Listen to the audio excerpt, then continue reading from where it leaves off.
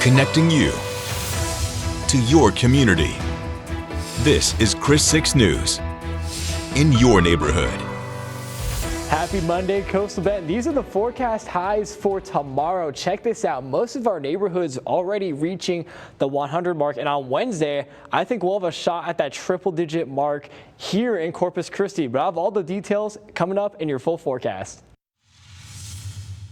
I'm Jordan Benavidez here in Sinton, where a fatal car crash claimed the lives of 5 over the weekend. More details coming up. I'm Jacob Daniels, and a grandson stepping up and a stranger's helping hand. Coming up, the story of stepping up when it matters most.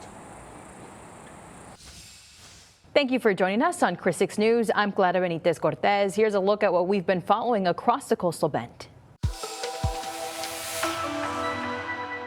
Happy Monday there, Coastal Bend. I'm meteorologist Chris Malve. I'm filling in for Chief Meteorologist Stephanie Lauber tonight and taking a look outside. This is around 3 o'clock on your Monday afternoon. Man, it is looking like a really nasty sunburn outside right now for most of our Coastal Bend communities. 101 is what that air temperature is right now over in Alice. 103 in NAS Kingsville and over in Falfurrias. It is very hot outside, so make sure if you're taking your furry friend out for a walk today, if you already feel hot when you're out there, it's going to feel even hotter on the concrete for your furry friends. But through the rest of your day, we're going to be still sitting in the middle 90s if you're maybe taking your pet out for a walk later today. Still hanging on to around that 93-degree mark around 5 o'clock. Going to be cooling back down into the 80s, but we do have some flood warnings in effect along the Frio River. That's because we're expecting that major flood stage to be hit by the middle of the week. So something to watch out for. Make sure to listen to your local emergency managers, but we'll be talking about this and the tropics in your full forecast. I'm Jordan Benavidez here in Sinton, where a fatal car crash claimed the lives of 5 over the weekend. Troopers say the crash happened Saturday morning at around 8:30 a.m. when a Jeep Grand Cherokee failed to yield at a stop sign and was hit by a Toyota Tundra. All 5 passengers in the Jeep died, and a father and his 2 sons in the Toyota survived with no serious injuries. The crash occurred here at the intersection between US 77 and State Highway 89, an intersection that has seen more than 89 crashes in the last 10 years. San Pat County Sheriff Oscar Rivera says it's an issue he has been watching closely. Started taking some note in 2019 with the Department of Public Safety about this intersection because it continues to kill people. 5 this past weekend. With plans for improvements still in development, Sheriff Rivera says it's best to navigate the intersection with extra caution. Reporting from Sinton, I'm Jordan Benavidez, Chris 6 News. Late this afternoon, TxDOT sent us a statement regarding the intersection where the deadly crash happened. The statement says in part that the US 77 project, which will begin in less than a year, will include installation of traffic signals at that intersection. You've probably seen these pictures on social media floating around saying that the Portland Causeway is falling apart. We wanted to see if it was true, so we went ahead and called TxDOT. It's not falling apart. According to Ricky Daly, the spokesperson for TxDOT, says that bridges, and in this case causeways, are built in sections. Now, between those sections, you have plates like the ones that you see here. Now, these plates help the causeway breathe because think about having a causeway made of one long concrete slab. That is where you have the potential for the causeway or bridges to potentially crack, and we don't want that. So these plates will contract in the winter and expand in the summer due to the heat. Now, why did that metal plate pop up? Well, according to TxDOT, it's just normal wear and tear. Bridges and causeways are inspected every 24 months. Next month, the Portland Causeway was already set to be inspected. Reporting for Chris 6 News, I'm Clara Benitez Cortez. Hey everybody, it's Drew Bishop and I'm here at Cunningham Middle School because the school year is nearly upon us, which means students need those supplies, and Operation Supply Our Students is doing just that. I have Stephanie Jordan here with United Way of the Coastal Bend. Stephanie, this program, you guys are saying it's helping up to 23,000 Coastal Bend students who need supplies for the upcoming school year. Can you speak a little bit about this initiative? Well, actually, we're hoping more than 23,000, and we could use a little bit of help, and a lot of the help has already arrived in the form of corporate sponsorship. Howard Energy Partners wrote us a generous donation this year so that we're able to help as many students as we possibly can. Absolutely. And we have Chaz Pavliska from Howard Energy. And Chaz, we have this check here for $1,500. That's just a portion of the $97,000 that's been raised. Can you speak a little bit as one of the partners as to why Howard Energy decided to contribute to this initiative? Yeah, at Howard Energy Partners, we want to give back to the community. We want to be rooted inside of the community and the surrounding areas. We have many employees whose children go to the local schools around the Corpus Christi area, and giving back to those schools and helping the children get the school supplies that they need is a great donation from Howard Energy Partners. Absolutely. And this big check right here is going to help get those students the supplies they need. But as Stephanie said, they're trying to help more students. And if you want to join, if you want to contribute, text SOS to 91999. Again, that's SOS to 91999. That's year round. So even if you miss out on this year, you can contribute for next year. Well, signing out from Cunningham Middle School, I'm Drew Bishop. But before we go, let's give it up to the Trojan Band.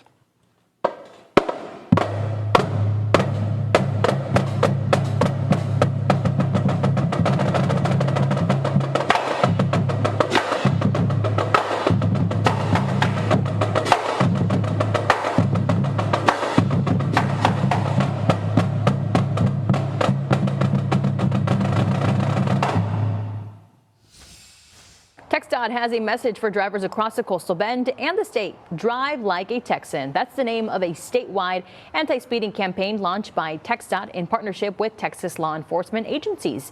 In Corpus Christi alone, there were just over 2,000 speeding-related accidents. 12 of those accidents involved fatalities. 45 resulted in serious injuries. So what does it mean to drive like a Texan? The campaign encourages drivers to match their speed to traffic, weather, and road conditions. Increase your following distance when traffic is heavy or roads are slick, and watch the speed limit and be aware of school zones and road work sites.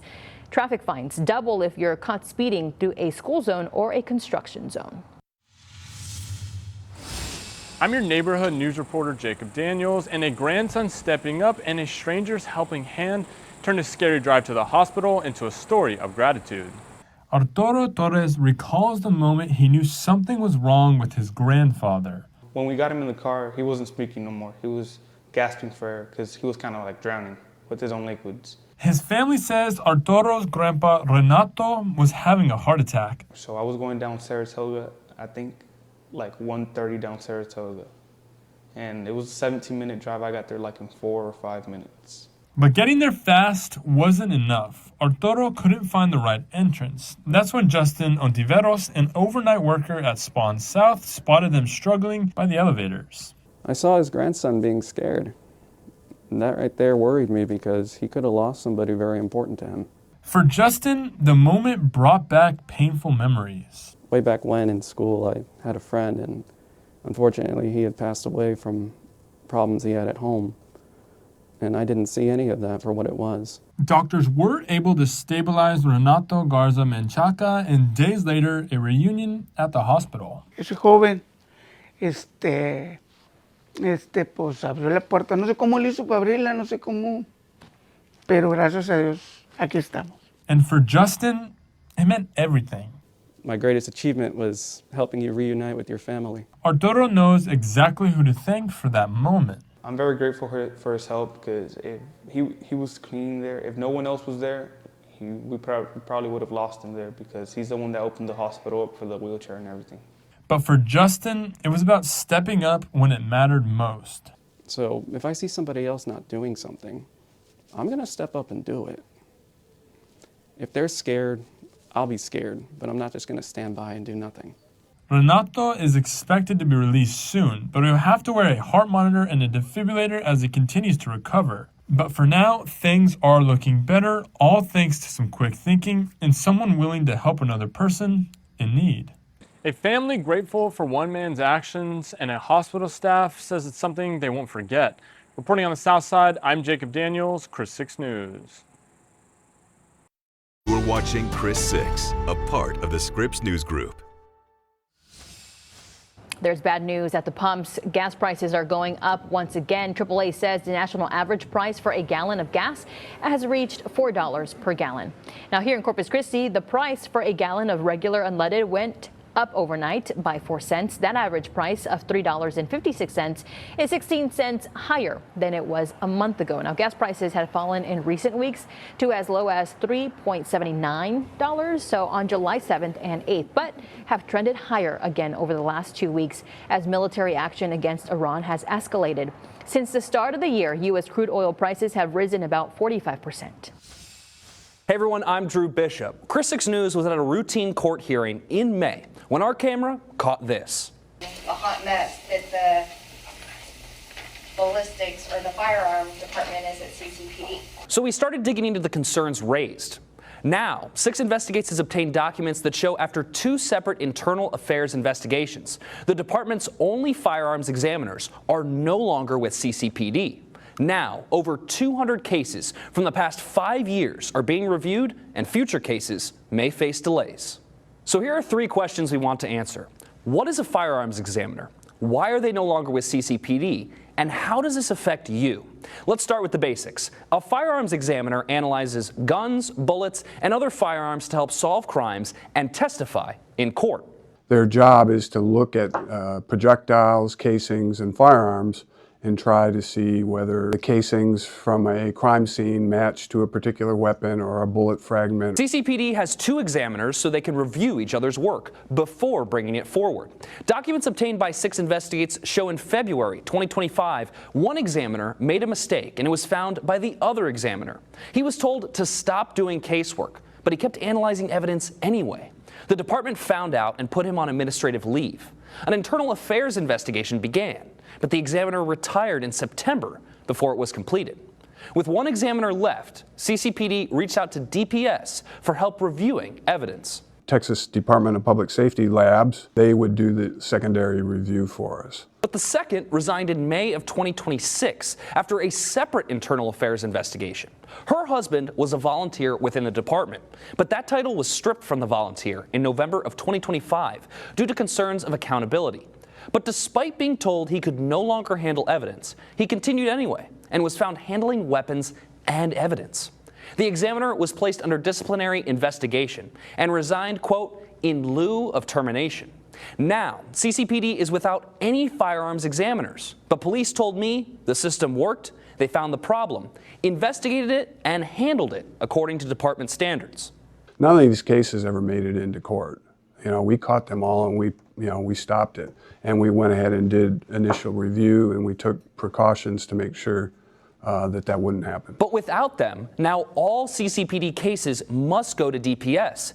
And then if a firearms examiner needs to testify in court, they'll have to come down to Corpus Christi and wait. District Attorney James Jimmy Granberry tells me that while he trusts the system, it can delay the judicial process to use outside examiners. We have to get them down, house them, feed them, put them up until you sit around and wait until their name is called and then take the stand and give their evidence. It's not going to affect justice, other than it may slow it down a little bit, but the justice train will keep rolling and we will continue to prosecute these cases. As for CCPD, they've hired SCL Forensics, an outside firm, to reevaluate 200 to 250 cases worked by these examiners over the last 5 years. That contract cost around $40,000. But Chief Green tells me the department is actually saving money. We are not paying the salaries of 2 firearms examiners, which comes out to around $170,000 a year. Chief Green tells me the audit of previous cases could take 6 months to a year to complete. Then the department will search for new firearms examiners. He says it's likely they'll have to train and certify a new examiner, which would take around 2 years. Reporting for 6 Investigates, I'm Drew Bishop.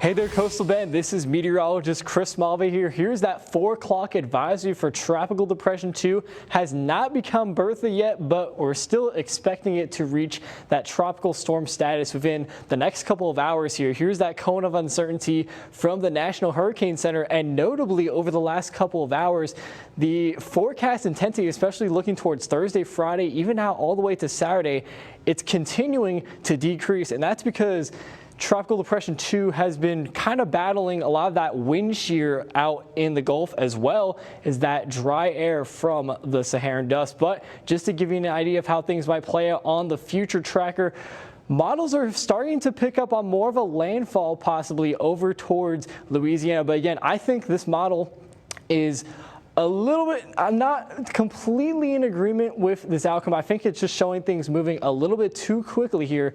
And again, with that movement for over the past couple of hours, not a whole lot of changes, but at this point, most of the models are on board on Tropical Depression 2 or soon to be Bertha, just continuing to follow the north, or basically the northern Gulf, but still have those tropical storm watches and warnings for parts of Florida. They're going to start to feel some of those possibly up to tropical storm force winds even as soon as tonight. But what's causing this thing to move across the Gulf? Well, you can thank that heat dome and that area of high pressure just looming over the Rockies and a pretty good chunk of the plains, and that clockwise flow is what's bringing it over to that part of the country. But we also, again, have that Saharan dust. That's kind of what's been giving it a little bit of trouble from seeing that closed circulation. But on the 7-day, again, we're going to continue to watch out for how things pan out in the tropics. But on Wednesday, could see our first 100-degree day in quite some time. And we're going to keep that heat around for the next couple of days. If you're looking for a job working with kids, the city of Corpus Christi wants to hire you. The Parks and Recreation Department is hosting a job fair this Tuesday. The city needs to hire more than 20 group leaders for the After Hour Kid Power program. The jobs involve working with children between the ages 5 and 13. The job fair runs from 10:30 to 12:30 Tuesday. It will take place at the Coastal Compass Education and Career Center on Holly Road.